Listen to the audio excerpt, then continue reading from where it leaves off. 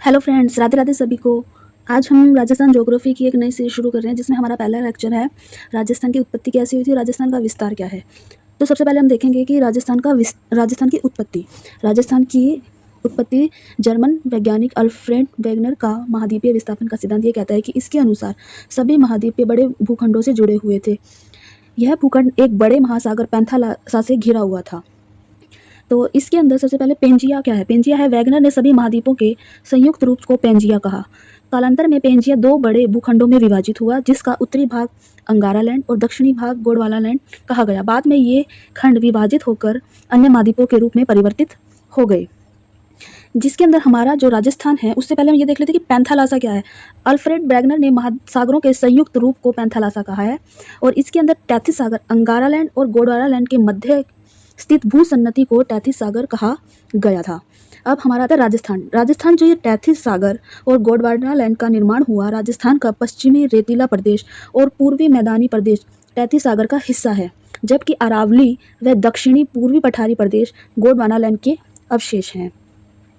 उसके बाद आता है हमारा राजस्थान का विस्तार हम दो भागों में करते हैं, एक तो अक्षांश और देशांतरीय रूप में, दूसरा बिंदुओं के आधार पर। अब इन दोनों विस्तार को देखने से पहले हमें सबसे पहले ये समझना होगा कि अक्षांशीय और देशांतर होते क्या हैं। ये है हमारा ग्लोब में जो ये रेखाएं होती हैं ये हमारी कहलाती हैं अक्षांशीय रेखाएं, और हमारी ये वाली जो रेखाएं होती हैं ये कहलाती है देशांतरीय रेखाएं। अब इसके अंदर फ्रेंड्स आप ये देखिए कि ये है हमारा भारत, ये देशांतरीय रेखाएं और ये अक्षांशीय रेखाएं। इसके उत्तर और पूर्वी हिस्से में हमारा आता है भारत। तो जिस हिसाब से हमारा ग्लोब के अंदर भारत उत्तर पूर्वी हिस्से में आता है, उसी प्रकार हमारे राजस्थान की स्थिति भी क्या हो जाएगी, उत्तरी और पूर्वी, जिससे हमारा राजस्थान के अंदर जो इन रेखाओं पर बना होगा वो होगा हमारा देशांतरीय, और इन रेखाओं पर जो बना होगा वो हमारा होगा उत्तरी अक्षांश। तो इसके अकॉर्डिंग अब हम भारत में देख लेते हैं। यह भारत का उत्तरी बिंदु, दक्षिणी, पूर्वी और पश्चिमी। भारत में हमारे राजस्थान की स्थिति आती है उत्तर पश्चिम में। तो ग्लोब के अकॉर्डिंग हमारे राजस्थान की स्थिति आती है उत्तर और पूर्व में, और इंडिया के अकॉर्डिंग देखा जाए तो हमारे राजस्थान की स्थिति आती है उत्तर और पश्चिम में। उत्तर और पश्चिम में आने के कारण यहाँ से हमारी ये कर्क रेखा गुजरती है। कर्क रेखा राजस्थान में 23 डिग्री 30 उत्तरी अक्षांश रेखा को कर्क रेखा कहते हैं, जिस पर दोपहर के समय सूर्य लंबवत सीधा चमकता है। और भारत में जो ये अक्षांश रेखा है वह 8 राज्यों से होकर गुजरती है। अगला आता है, हमें देखना है कि उत्तरी अक्षांशीय और पूर्वी देशांतरीय, इसके अकॉर्डिंग हमारे राजस्थान की स्थिति क्या है। अब ये देखा जाए कि सबसे पहले हम देखते हैं उत्तरी अक्षांश हमारा शुरू होता है 23 डिग्री 3 मिनट से लेके 30 डिग्री 12 मिनट, ये हमारा है उत्तरी अक्षांश। पूर्वी देशांतर की बात की जाए तो हमारा राजस्थान 59 डिग्री 30 मिनट देशांतर से 78 डिग्री 17 पूर्वी देशांतर के मध्य हमारे राजस्थान की स्थिति आती है, जिसमें जो पूर्वी देशांतर है उसकी जो लंबाई है वह है 859 किलोमीटर और उत्तरी अक्षांश की लंबाई है 826 किलोमीटर, और इन दोनों का जो डिफरेंस आता है वो आता है 43 किलोमीटर। आगे हम देखते हैं, ये तो हो गया हमारा पूर्व से पश्चिम, दक्षिण से उत्तर। अब हम ये देखते हैं कि जो इसके विकर्णों की लंबाई होती है वह कितनी है। उत्तर पूर्व यानी उत्तर पूर्व से दक्षिण पश्चिम के विकर्ण की लंबाई है 784 किलोमीटर और उत्तर पश्चिम से दक्षिण पूर्व के विकर्ण की लंबाई है 850 किलोमीटर। अब ये जो हमारा उत्तरी अक्षांश है इसका डिफरेंस आता है 7 डिग्री 09 मिनट, और जो पूर्वी देशांतर है उसका फ्रेंड्स आता है डिफरेंस हमारा 8 डिग्री 47 मिनट। ये तो हो गई फ्रेंड्स हमारे उत्तर और दक्षिण पूर्व पश्चिम यानी उत्तरी अक्षांश और पूर्वी देशांतर के हिसाब से हमारे राजस्थान की स्थिति। अब अगला आता है फ्रेंड्स हमारा बिंदुओं के आधार पर कि हमारा राजस्थान का विस्तार बिंदुओं के आधार पर कैसा है। बिंदुओं के आधार पर 4 स्थिति बनती है हमारी, एक तो उत्तरी बिंदु, दक्षिणी बिंदु, पूर्वी बिंदु, पश्चिमी बिंदु। जो हमारा उत्तरी बिंदु है वह जिला तो पड़ता है श्री गंगानगर में, गांव पड़ता है कोना गांव और तहसील पड़ती है श्री गंगानगर। इसी तरह से दक्षिण में बांसवाड़ा जिले के बोरकुंडा गांव में कुशलगढ़ तहसील, और इसी तरह पूर्व की ओर धौलपुर जिले में सिलाना गांव राजखेड़ा तहसील, और पश्चिमी बिंदु देखा जाता है तो जिसमें जैसलमेर गांव, जैसलमेर जिला, कटरा गांव और जैसलमेर तहसील, ये हमारे 4 बिंदु आ जाते हैं। और इसके अंदर फ्रेंड्स एक चीज़ और देखी जाए तो ये हमारे 4 बिंदु थे, लेकिन 5वां बिंदु हमारा बनता है नागौर। और इस टाइम पहले ये नागौर में पड़ता था, लेकिन जब 41 ज़िले बने हैं उसके बाद ये डीडवाना कुचामन में ये जगह पड़ती है लोपलाई मकराना के नाम से। ये हमारा 5वां बिंदु पड़ता है। तो फ्रेंड्स, ये था हमारा बिंदुओं के आधार पर। अब यहाँ से जो हमारी करक रेखा गुजरती है, उस करक रेखा के सबसे नज़दीक जो शहर है वह है कुशलगढ़ तहसील, और इस करक रेखा के सबसे दूर जिला कह सकते हैं, शहर कह सकते हैं, वह हमारा है गंगानगर। तो ये थे फ्रेंड्स हमारे राजस्थान विस्तार का के जो गठन हुए हैं। उससे पहले राजस्थान के अनेक नाम दिए गए जिनका हम अध्ययन करेंगे।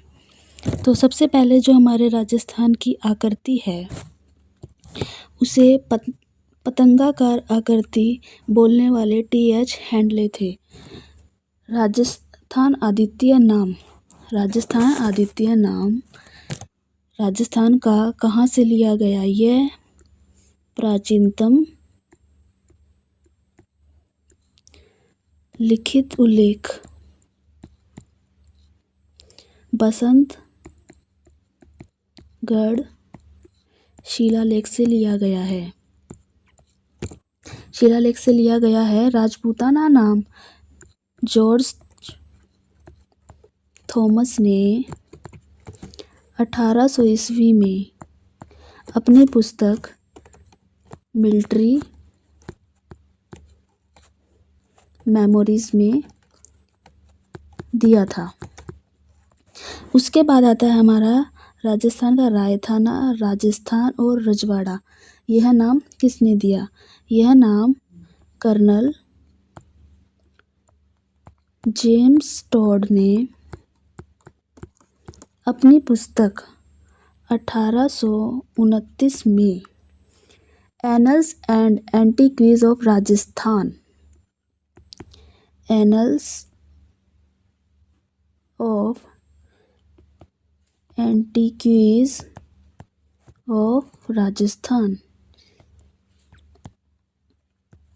कर्नल जेम्स टॉड ने राजस्थान और राजवाड़ा का नाम अपनी पुस्तक 1829 में एनल्स ऑफ एंटीक्वीज ऑफ राजस्थान में दिया। अब हम कर्नल जेम्स टॉड के बारे में बात कर लेते हैं। इनको राजस्थान में घोड़े वाले बाबा के नाम से, राजस्थान के इतिहासकार के नाम से भी जाना जाता है। कर्नल जेम्स टॉड का राजस्थान में प्रवेश मांडलगढ़, भीलवाड़ा सर्वप्रथम यहाँ से किया था इन्होंने। उसके बाद हमारा अगला आता है राजस्थान का कब पड़ा? 30 मार्च 1949 को एकीकरण के समय हमारे राजस्थान का नाम सर्वसम्मति से रखा गया और राजस्थान नाम को संवैधानिक मान्यता 26 जनवरी 1950 को दी गई। ये डेट हमारे एग्ज़ाम के पॉइंट ऑफ व्यू से बहुत इंपॉर्टेंट है कि राजस्थान का नाम संवैधानिक मान्यता 26 जनवरी 1950 को दी गई। अब हम 30 मार्च 1949 की बात कर लेते हैं। इसी दिन हमारा राजस्थान का स्थापना दिवस मनाया जाता है। 30 मार्च 1949 को ही संभागीय व्यवस्था शुरू की गई थी हीरालाल शास्त्री के द्वारा, और जिस टाइम संभागीय व्यवस्था की गई थी उस टाइम हमारे कुल जिले थे 25 और संभाग थे 5। आगे आता है 1 नवंबर 1956। 1 नवंबर 1956 को एकीकरण समाप्त हुआ था।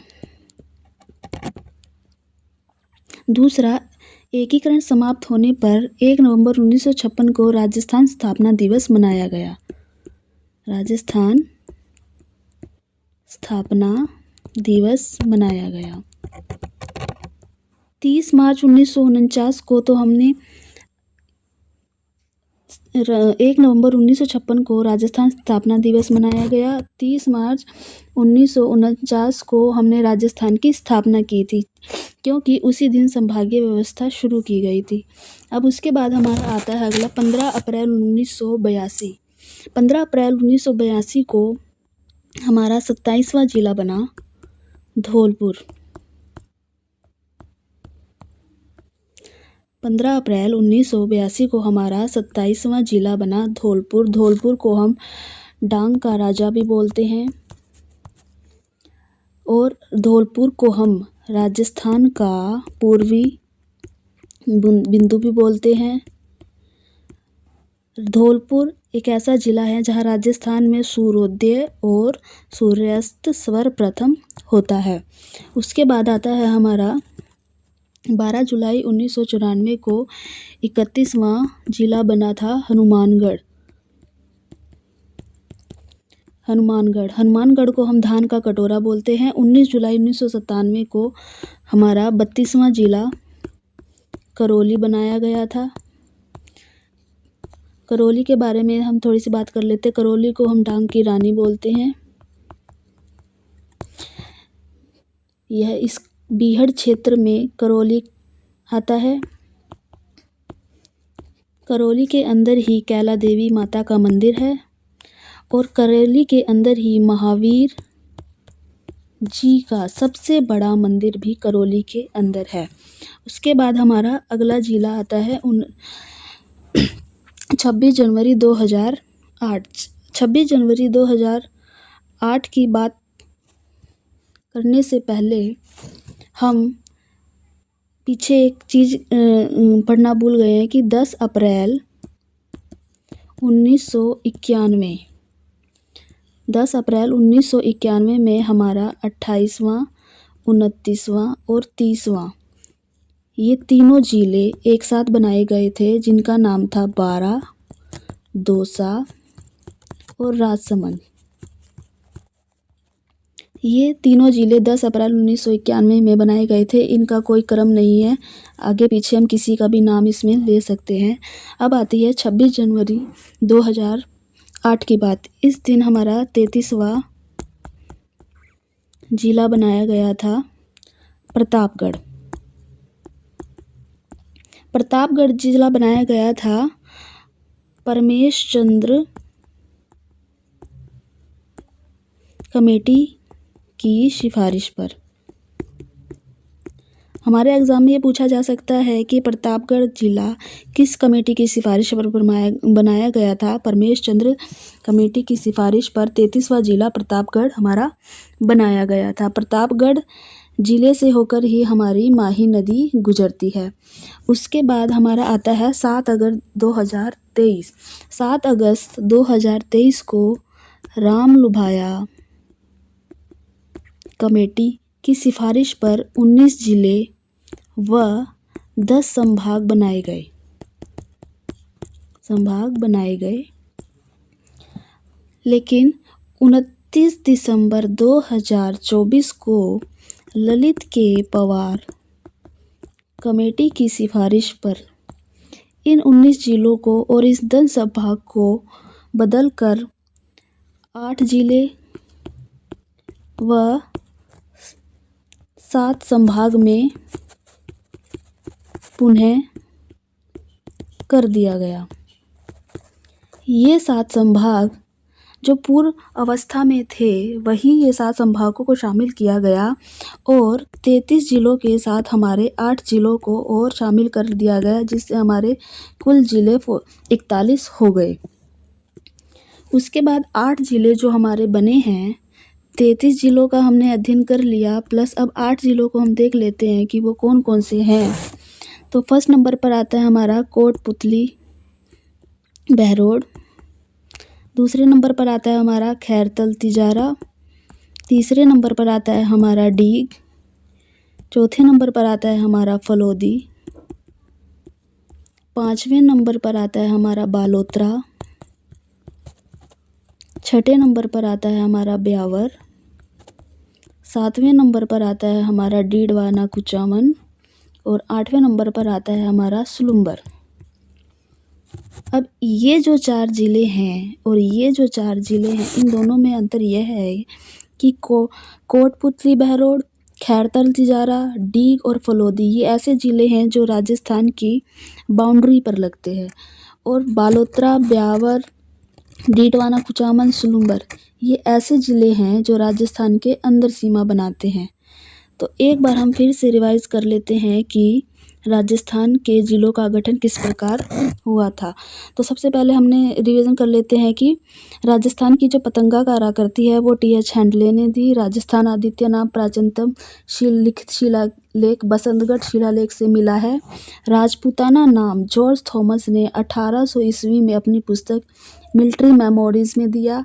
रायथान राजस्थान राजवाड़ा नाम कर्नल जेम्स टोड ने अपनी पुस्तक 1829 में एनल्स और एंटिक्यूज ऑफ राजस्थान में दिया गया। कर्नल जेम्स टोड को हम घोड़े वाले बाबा राजस्थान के इतिहासकार बोलते हैं, और कर्नल जेम्स टोड का राजस्थान में प्रवेश मांडलगढ़ भीलवाड़ा से था। अगला आता है 30 मार्च 1949। इस दिन हमारा एकीकरण हुआ। एकीकरण के दौरान राजस्थान नाम रखा गया। राजस्थान नाम को संवैधानिक मान्यता 26 जनवरी 1950 को दी गई। 30 मार्च 1949 को ही संभागीय व्यवस्था शुरू हुई जो हीरालाल शास्त्री के द्वारा की गई, जिसमें 25 जिले और 5 संभाग बनाए गए। 1 नवंबर 1956 को एकीकरण समाप्त हुआ, जिसमें हमने राजस्थान स्थापना दिवस मनाया। 15 अप्रैल 1982 को हमारा 27वां जिला बना धौलपुर। धौलपुर को हम डांग का राजा बोलते हैं, राजस्थान का पूर्वी बिंदु बोलते हैं, और यहीं पर सबसे पहले सूर्य उदय होता है और यहीं पर सबसे पहले सूर्य अस्त होता है। उसके बाद हमारा आता है 12 जुलाई 1994। इससे पहले हम एक फैक्ट स्किप कर चुके हैं जो हम आगे पढ़ेंगे कि 10 अप्रैल 1991 में हमने 3 जिले बने थे, बारां, दौसा और राजसमंद। तो 12 जुलाई 1994 को 31वां जिला बना हनुमानगढ़। 19 जुलाई 1997 को हमारा 32वां जिला बना करौली। करौली को डांग की रानी, बीहड़ की क्षेत्र और कैला देवी का मंदिर भी यहीं पर है, और महावीर जी का सबसे बड़ा मंदिर भी करौली के अंदर है। 26 जनवरी 2008 को ये देखिए यहाँ पे 10 अप्रैल 1991 में हमने एक्सप्लेन कर दिया कि 3 जिलों का गठन हुआ था, बारां, दौसा और राजसमंद। 26 जनवरी 2008 को 33वां जिला प्रतापगढ़ बनाया गया, जो परमेश्वर चंद्र कमेटी की सिफारिश पर बनाया गया। 7 अगस्त 2023 को राम लुभाया कमेटी की सिफारिश पर 19 जिले और 10 संभाग बनाए गए। 29 दिसंबर 2024 की डिटेल हम आगे पढ़ेंगे कि कैसे यह बने, किस तरह से जोड़े गए, और इनके हम पहले नाम देख लेते हैं कि हमारे राजस्थान में संभाग कौन कौन से हैं। पहले आता है हमारा बीकानेर संभाग। बीकानेर संभाग के अंदर हमारे 4 जिले आते हैं। उसके बाद आता है जयपुर संभाग, जिसके अंदर 7 जिले आते हैं। भरतपुर संभाग आता है, उसके अंदर 5 जिले आते हैं। अजमेर संभाग के अंदर हमारे 6 जिले आते हैं। कोटा संभाग के अंदर हमारे 4 जिले आते हैं।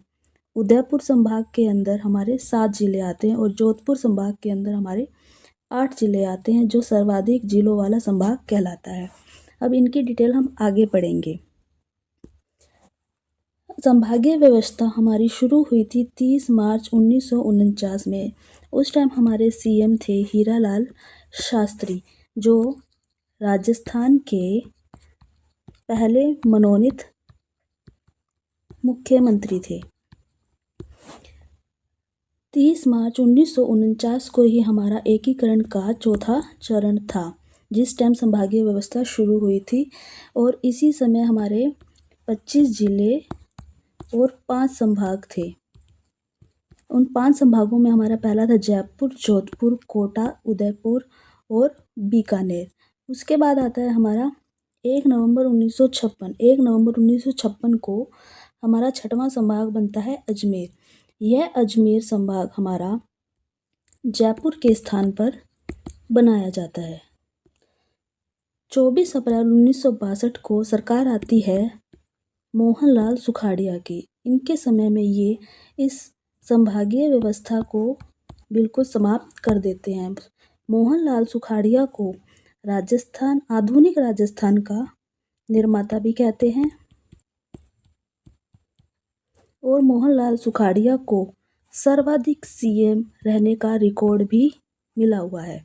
उसके बाद आता है हमारा हरिदेव जोशी, जो 26 जनवरी 1987 को इन्होंने संभागीय व्यवस्था को दोबारा शुरू किया।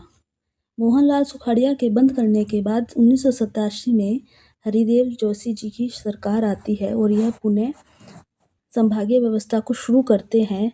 और संभागीय व्यवस्था शुरू करने के साथ ही यह जयपुर को भी पुणे संभाग बना देते हैं।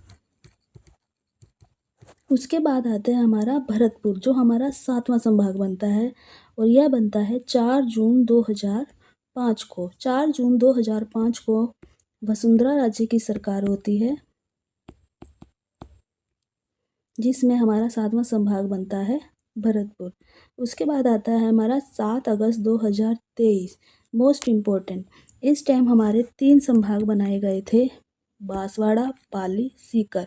और इस टाइम सरकार थी सीएम गहलोत की।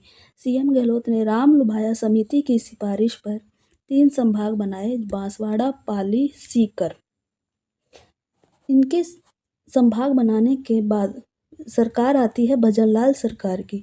29 दिसंबर 2024 को ललित के पवार समिति की सिफारिश पर इन तीनों संभागों को समाप्त कर दिया जाता है और हमारे कुल जिले 41 हो जाते हैं। और जो पूर्व अवस्था में संभाग थे वही 7 संभाग रह जाते हैं। इस तरह से जो 3 संभाग बनाए गए थे उन्हें पुनः समाप्त कर दिया जाता है और हमारे 7 संभाग एज इट इज़ रह जाते हैं।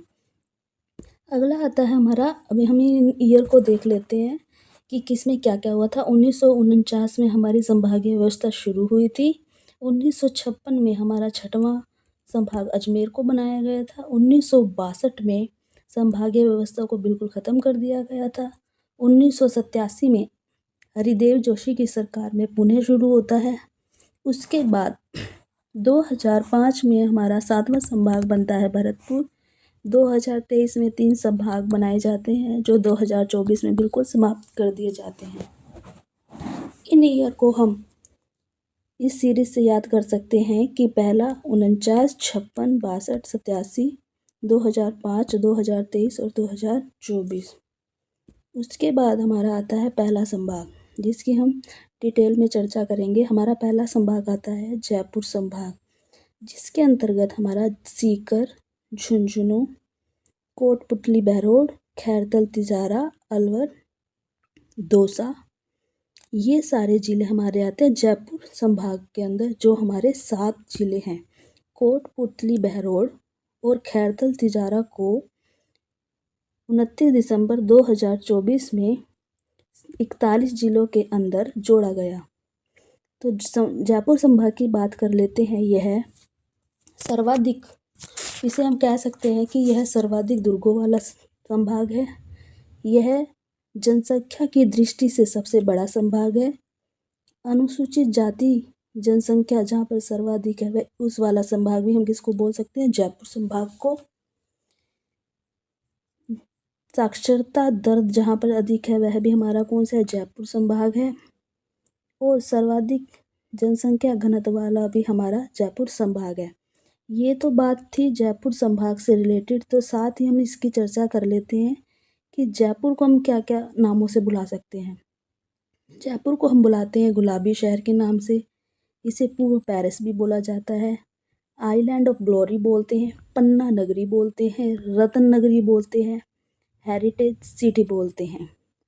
जयपुर के अंदर ही मंकी वैली जिसे हम गलता जी के नाम से जानते हैं, यह भी कहाँ है, हमारी जयपुर के अंदर है, जिसे राजस्थान का मिनी काशी बोलते हैं। उसी के साथ साथ हमारी सांभर में हमारा कहाँ आता है, जयपुर के अंदर। सांभर हमारी रामसर साइट है, इसे सॉल्ट सिटी भी बोलते हैं, इसे तीर्थों की नानी भी बोलते हैं। साथ ही जयपुर में हमारा आता है जमुरा रामगढ़, जिसे ढूंढाड़ का पुष्कर बोलते हैं। तो फ्रेंड्स, इस वाले लेक्चर में हम जयपुर संभाग तक की बात करेंगे। बाकी 6 संभागों का हम पार्ट 2 के अंदर डिटेल में आपको लेक्चर देंगे, जिसमें 6 संभागों में कौन से जिले आते हैं, कौन सा संभाग किस चीज़ के लिए प्रसिद्ध है। तो हम एक बार इसकी दोबारा से एक बार रिवीजन कर लेते हैं। 7 संभाग हैं हमारे: बीकानेर, जोधपुर, जयपुर, भरतपुर, अजमेर, कोटा, उदयपुर। जिसमें बीकानेर में 4 जिले आते हैं, जयपुर के अंदर 7 जिले आते हैं, भरतपुर के अंदर 5 जिले आते हैं, अजमेर के अंदर 6 जिले, कोटा के अंदर 4 जिले, जोधपुर के अंदर 8 जिले और उदयपुर के अंदर 7 जिले। अगला, हमारी संभागीय व्यवस्था 30 मार्च 1949 को शुरू हुई थी हीरालाल शास्त्री के समय में। हीरालाल शास्त्री को राजस्थान का पहला मनोनीत मुख्यमंत्री बनाया गया। उस टाइम 25 जिले और 5 संभाग थे और 5 संभाग जयपुर, जोधपुर, कोटा, उदयपुर और बीकानेर थे। उसके बाद आता हमारा छठा संभाग। छठा संभाग बना था हमारा अजमेर 1 नवंबर 1956 में। ये इसी दिन हमारी एकीकरण समाप्त हुआ था। एकीकरण समाप्ति के समय हमारा छठा संभाग बना था अजमेर और जयपुर को समाप्त करके बनाया गया था। 24 अप्रैल 1962 को मोहनलाल सुखाड़िया की सरकार द्वारा यह व्यवस्था बंद कर दी जाती है। मोहनलाल सुखाड़िया को हम राजस्थान का निर्माता बोलते हैं और इनके पास सर्वाधिक सीएम होने का भी टैग है। उसके बाद हरिदेव जोशी जो 26 जनवरी 1987 को इस व्यवस्था को दोबारा शुरू करते हैं और जयपुर को भी पुणे संभाग दे देते हैं। 4 जून 2005 को हमारा लास्ट संभाग बनता है भरतपुर। भरतपुर जिस टाइम वसुंधरा राजे की सरकार थी।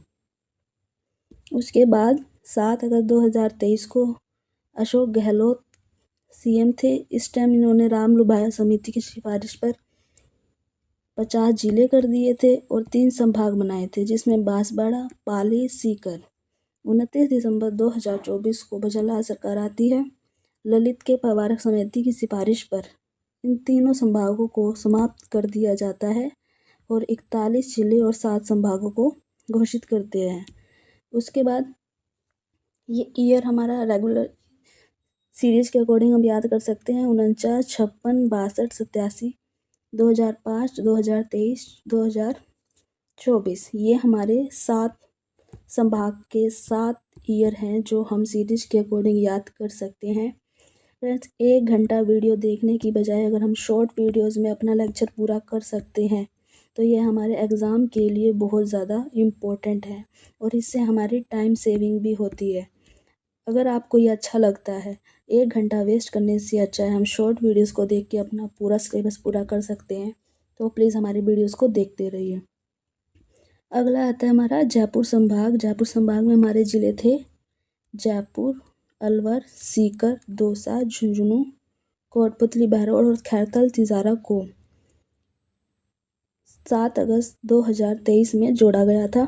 जयपुर संभाग को सर्वाधिक दुर्गों वाला बोलते हैं। सर्वाधिक अनुसूचित जाति जनसंख्या यही है। सर्वाधिक जनसंख्या वाला भी संभाग जयपुर है। सर्वाधिक साक्षरता वाला संभाग भी जयपुर है और सर्वाधिक जनसंख्या घनत्व वाला भी संभाग जयपुर है। और जयपुर को हम गुलाबी शहर, पूरब का पेरिस बोलते हैं, आइज ऑफ ग्लोरीज बोलते हैं, पन्ना नगरी है बीकानेर। दूसरा आता है हमारा कोटा। इन दोनों संभाग में 4-4 जिले आते हैं। 5 जिलों वाला संभाग है हमारा भरतपुर। 6 जिलों वाला संभाग है हमारा अजमेर। 7 जिले वाले संभाग हमारे 2 हैं, जिसमें से पहला आता है हमारा जयपुर, दूसरा आता है हमारा उदयपुर। 8 जिले वाला संभाग है हमारा जोधपुर। इसकी संख्या के अकॉर्डिंग हम देख सकते हैं कि सर्वाधिक जिलों वाला संभाग है हमारा जोधपुर। जिस संभाग में 4-4 जिले आते हैं वे संभाग है बीकानेर और कोटा। और 7 जिलों वाले संभाग भी 2 हैं, जो आता है हमारा जयपुर और उदयपुर। 5 जिलों वाला संभाग है भरतपुर। 6 जिलों वाला संभाग है हमारा अजमेर। आगे हम बात कर लेते हैं हमारे अजमेर संभाग की। अजमेर संभाग में हमारे ज़िले आते हैं भीलवाड़ा, नागौर, टोंक, ब्यावर, डीडवाना, कुचामन। ब्यावर और डीडवाना कुचामन हमारे नए ज़िले हैं जो इस संभाग में जोड़े गए हैं। तो अजमेर की सीमा हमारे ब्यावर से लगती है, डीडवाना कुचामन से लगती है, भीलवाड़ा से लगती है, टोंक से लगती है और अजमेर। तो इस तरह से हमारे टोटल अजमेर के ज़िले हो गए हैं 6 ज़िले, जिसकी सीमाएं हैं हमारी डीडवाना कुचामन, ब्यावर, भीलवाड़ा, टोंक। ये हमारे आते हैं अजमेर के ज़िले। अजमेर संभाग की हमारी पहली विशेषता यह है कि यह राजस्थान का मध्यस्थ विभाग वाला संभाग है। दूसरी विशेषता हमारी यह है कि अजमेर संभाग में सबसे ज़्यादा खारे पानी की झीलें पाई जाती हैं। अजमेर संभाग की बात करने के साथ अब हम बात कर लेते हैं अजमेर ज़िले की। अजमेर ज़िला किस लिए प्रसिद्ध है? इसे हम राजस्थान का हृदय बोलते हैं, राजस्थान का नाका बोलते हैं। अजमेर को हम राजपुताना की कुंजी बोलते हैं, अजमेर को हम भारतीय सिक्का बोलते हैं, अरावली का अरमान बोलते हैं, राजस्थान की अंडे की टोकरी भी हम अजमेर को बोलते हैं, पूरब का जिब्राल्टर भी हम अजमेर को बोलते हैं। और अजमेर के अंदर ही है पुष्कर। पुष्कर को हम तीर्थों का राजा बोलते हैं, तीर्थों का मामा बोलते हैं, पंचम तीर्थ भी हम पुष्कर को बोलते हैं और मेरवाड़ा का कुंभ भी हम पुष्कर को ही बोलते हैं। उसके बाद आता है हमारा अगला संभाग आता है भरतपुर। भरतपुर के अंदर हमारे ज़िले आते हैं सवाई माधोपुर, भरतपुर, करौली, धौलपुर, डीग। 5 ज़िलों वाला संभाग है हमारा भरतपुर, जिसकी सीमाएं हम देख लेते हैं डीग, धौलपुर, करौली, सवाई माधोपुर। ये हमारा भरतपुर संभाग, जिसके अंदर हमारे 5 ज़िले आते हैं। भरतपुर संभाग की विशेषता है कि यह पूर्वी राजस्थान का प्रवेश द्वार है और यहाँ ब्रज और कृषण अनुष्ठानों का प्रभाव भी देखने को मिलता है। और भरतपुर संभाग की यह विशेषता है कि यह सबसे कम लिंगानुपात वाला संभाग है। भरतपुर संभाग के बाद हम भरतपुर ज़िले की बात कर लेते हैं कि इसे हम राजस्थान का पूर्वी सिंहद्वार बोलते हैं। इसे ही हम पक्षियों का स्वर्ग भी बोलते हैं, क्योंकि यहाँ पर केवलादेव राष्ट्रीय उद्यान है और यहीं पर है हमारा बंद बारेठा, जिसे हम परिंदों का घर भी बोलते हैं। उसके बाद अगला आता है हमारा कोटा। कोटा में नए ज़िले जब बने थे तो इसमें कोई भी चेंज नहीं किया गया था, एज इट इज इसके 4 ज़िलों को ही रखा गया था, जिसमें कोटा, बूंदी, बारा और झालावाड़। तो इसकी सीमाएं हमारी हो जाती है बूंदी, बारा, झालावाड़। ये हमारे हो गए 4 ज़िले, कोटा, बूंदी, बारा और झालावाड़। तो कोटा संभाग की हमारी विशेषता है कि इसे हाड़ौती क्षेत्र बोला जाता है और यहाँ सर्वाधिक नदियाँ पाई जाती हैं, यानी इसको हम बोल सकते हैं कि कोटा संभाग सर्वाधिक नदियों वाला संभाग है। और सर्वाधिक आर्द्र जलवायु भी कोटा संभाग में है। जनसंख्या दृष्टि से यह सबसे छोटा संभाग है और इसे पठारी क्षेत्र वाला संभाग भी बोलते हैं। और इसी संभाग में काली मिट्टी पाई जाती है जहाँ कपास का उत्पादन होता है। कोटा संभाग के बाद हम कोटा की बात कर लेते हैं। कोटा को राजस्थान का कानपुर बोलते हैं, कोटा को ही हम शिक्षा नगरी बोलते हैं, एजुकेशन सिटी बोलते हैं, इसी को ही औद्योगिक शहर बोलते हैं, इंडस्ट्रियल सिटी बोलते हैं।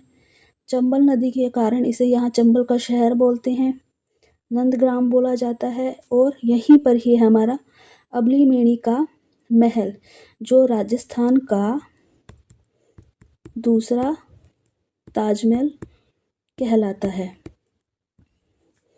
उसके बाद हमारा अगला संभाग आता है जोधपुर संभाग।